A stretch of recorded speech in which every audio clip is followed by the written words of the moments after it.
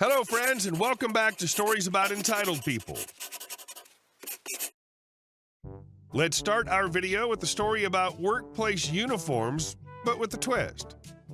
But before we begin, best way to support our channel is to leave comments, like, and subscribe with the turned-on bell so you don't miss the new video every single day. Here we go. You want me to take my jacket off? You got it, boss. I work at a secondary education institution. Anyone who has worked in academia will confirm that it's a different brand of crazy. Adding on to that, our staff has no balance in gender or ethnicity, so it's the opposite of toxic masculinity. Toxic femininity? Doesn't quite roll off the tongue. Anyway, with weak management, it's essentially become a mean girls club. The boss lady's PA is basically queen bee, with the rest of us being lowly worker bees. As I'm not someone to kiss butt, I'm often not very well liked, hence the lowest worker bee.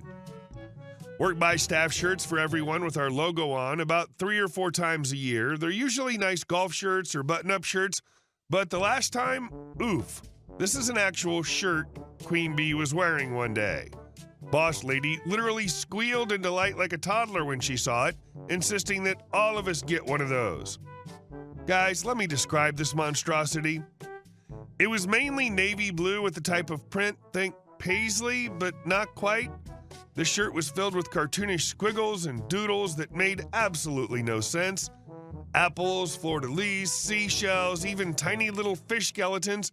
They danced and merged in every direction in violent shades of teal, beige, salmon pink, turquoise green, and neon purple.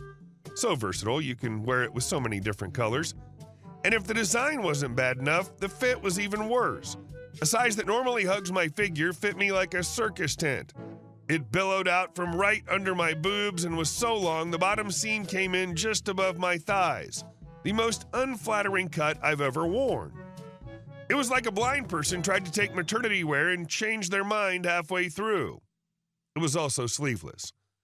The only one of us who voiced their reservation was forced to give it back. She was visibly happy that she wouldn't have to wear it, and this pissed management off. The shirt was made mandatory on Mondays. Being a person that never gets hot, I wore a jacket over it every time, showing as little of it as I could. One day, to solidify our loyalty, it was decided to take a group photo that purposefully excluded the shirtless one. Being super short, I was placed in front. Boss lady looked us over and promptly declared, "OP, you'll remove your jacket, thank you." I replied that I would really rather not. She insisted, and we go back and forth, but then they were all of them deceived. I'm quite reserved, so no one at work really knows me. I never wear anything sleeveless because I have tattoos all over my shoulder and halfway down my upper arm.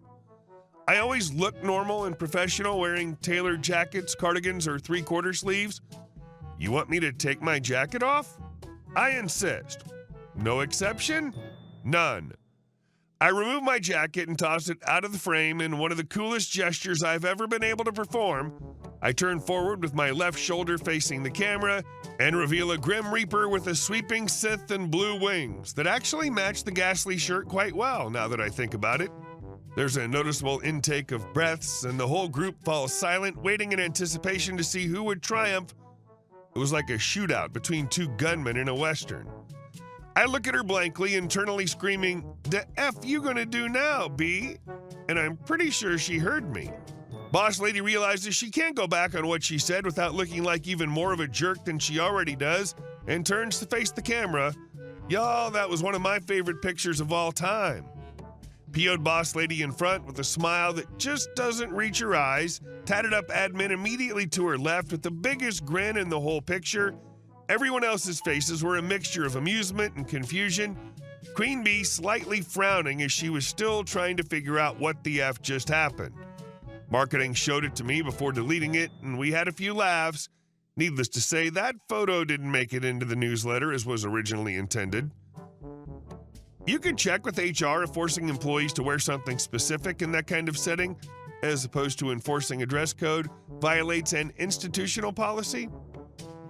There's no legitimate reason I can think of, and seems to go directly against the notion of freedom of expression that should guide an educational institution. And our second story. Karen's path is not the forest. When I bought my plot on the outskirts of the county, I wasn't interested in glossy brochures promising high living standards or the coffee table aesthetics of the neighboring classic Karen HOA. I deliberately sought land outside any HOA. My own fence, my own shed, my own peace. After years in the military and cramped office jobs, I just wanted to breathe. I have 2 teenage sons, and our Saturdays are all about chain lube, suspension adjustments, helmets, goggles, and slow pit bike rides through the old trails in the woods behind my property.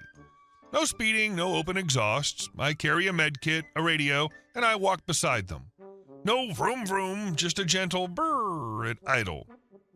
The first red flag came in the fall. A column of neon-clad hikers popped out of the trail, the Trail Club from Silver Pine, led by attorney Brenda Mason.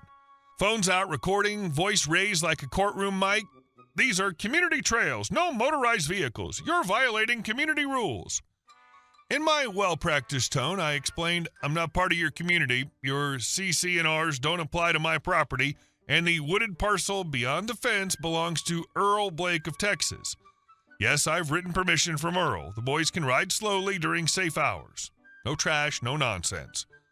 Brenda gave me that dry, legal half-smile and promised a significant fine. 2 days later, a letter arrived. Community rules violation. Fine $4,200. Final warning. I didn't laugh for long. I opened the county land registry, pulled up the Silver Pine boundaries, and overlaid them with our trails. Their common areas end at their fence line. The so-called community trails, benches, bird feeders, educational signs about Silver Pine flora and fauna, even a plaque calling it the Brenda Mason Park, all of it sits on Earl's private land. No permission. They even spray-painted a jogging track over the roots of century-old pines. Charming. I don't like conflict. I like paperwork. I called Earl. He sighed. Told them long ago to stay out. If you want it, take it. I'm getting too old to deal with that forest. No drawn-out negotiations. For $580,000, I bought all 70 acres of woodland. Filed the warranty deed, recorded it with the county, and by 9 a.m. the next day, I had a fresh title in my hand. That very day, I put up the first private property no trespassing signs, updated the boundary map, and uploaded new GPS points for my motion-triggered forest cameras. I also printed a dozen takedown notices demanding HOA structures be removed from my land. Meanwhile, Brenda was hyping up the community. Emergency meeting, aggressive neighbor, children terrified, dangerous motorcycles in our park. I quietly sat in the second row and waited for my turn. Then I placed 3 things on the table: a copy of my land title, a parcel map with boundaries highlighted, and a folder of photos, benches, feeders, signs, Brenda Mason Park, all clearly located on my private land. Then I calmly said, I am not and never was part of your HOA. Your rules don't apply to my land. From now on, any activity by your board, contractors, or clubs on my property is trespassing. If I see any of you in my woods, I will call the sheriff, ask you to remain on site until law enforcement arrives, and secure the scene lawfully. I have a legal concealed carry permit, know how to handle a weapon, and take private property boundaries very seriously. Silence. Someone muttered something about tradition of morning walks. Another mumbled, we've used it for years. I nodded. Yes, you've been trespassing for years. Also, I continued, placing a second stack of papers on the table. Your trail improvements weren't just paid for with member dues. You also used public grants for community spaces. These are the applications, cost estimates, and payment records under Mason Community Improvements. The registry shows the company is owned by Mrs. Mason's husband and the sister of one of your board members. All of it on land you didn't own, without landowner consent. Someone in the front row put their head in their hands. I wasn't gloating, I was reading facts. Before the meeting, I'd sent the entire packet to the county sheriff. I also invited a local reporter to hear both sides. They were sitting in the back taking notes. After the meeting, I sent formal takedown demands, remove benches, feeders, signs, and trail paint within 10 days. Any access to the property only by written request and under my terms. That very night, someone showed up with a pickup to quietly dismantle the bird feeders. The cameras caught faces, license plates, and, best part, a logo on the truck. Mason Community Improvements. Next morning, the sheriff paid them a preventative visit, and suddenly everyone was open to a civilized removal plan with logs and cleanup reports.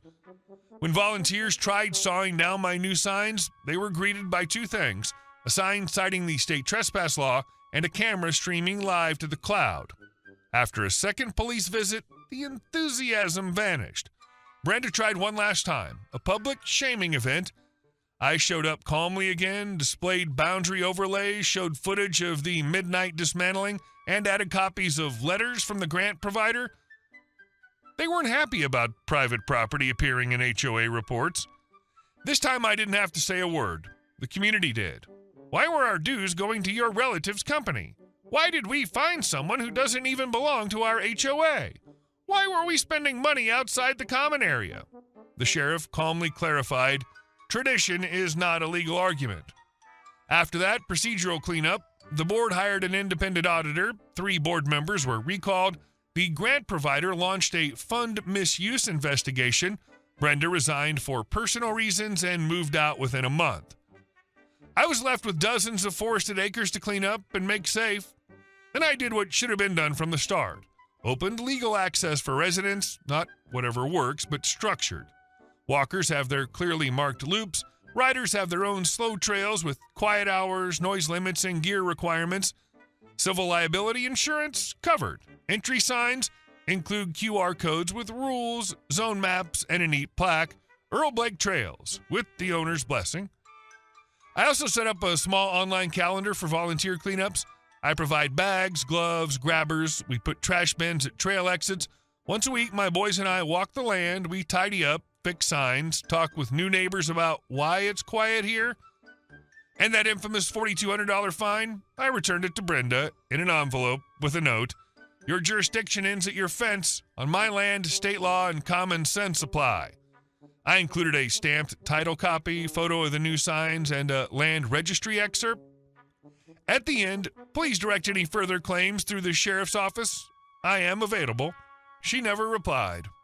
Real revenge isn't shouting or theatrics. It's calm, cold precision.